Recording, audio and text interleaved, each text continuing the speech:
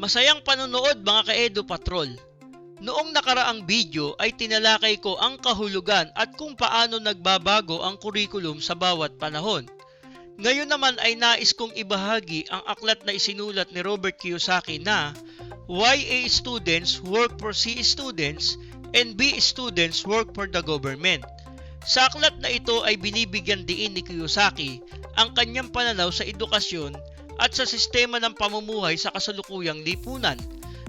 Nabanggit ko rin na ang mga aral sa aklat na ito ay dapat ma-integrate sa ating kasalukuyang kurikulum upang sa ganon na ang pagkatuto at edukasyon ng ating mga kabataan ay mas maging kapaki-pakinabang. Narito ang ilan sa mga aral na maaaring matutunan mula sa aklat. Una, differential mindset towards education.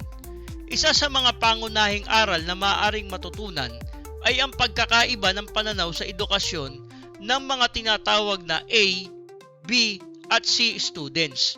Ayon kay Kiyosaki, ang mga A students ay karaniwang masunurin sa sistema ng edukasyon at madalas na naghahanap ng seguridad sa trabaho, habang ang C students ay may kakayahan sa pagninegosyo at pagtuklas ng mga oportunidad sa labas ng tradisyonal na landas ng edukasyon. Samantalang ang mga B students ay madalas na napupunta sa trabaho sa pamahalaan. Ikalawa, financial education.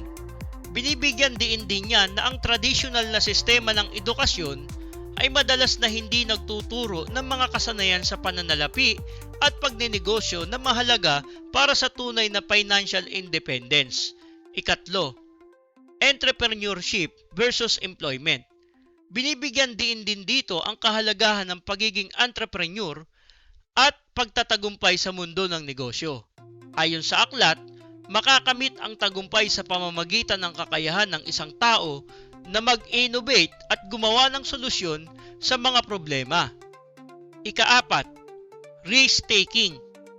Isa pang aral ay ang kahalagahan ng pagtanggap sa mga pagkakataong may kaakibat na risk. Ang mga taong handang magpatakbo ng negosyo o magtayo ng sariling mga proyekto ay kadalasang handa ring harapin ang mga risk. Ikalima, financial independence. Ipinapakita nito kung paano maaaring magtagumpay sa buhay sa pamamagitan ng pamumuhunan, pagbuo ng mga mapagkukunan ng kita at paggawa ng mga desisyon na magbubukas ng mga oportunidad para sa pinansyal na kalayaan. Ika-6, critical thinking. Isinusulong din ni Kiyosaki ang pagiging mapanuri at kritikal sa lipunan at sa mga oportunidad na dumarating. Hindi lamang dapat sumunod sa nakasanayang landas, kundi dapat mag-isip ng malalim at maghanap ng iba't ibang paraan para maabot ang mga pangarap.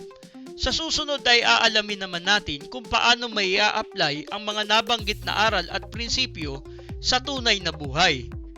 Thanks for watching Edu Patrol. Please like and share.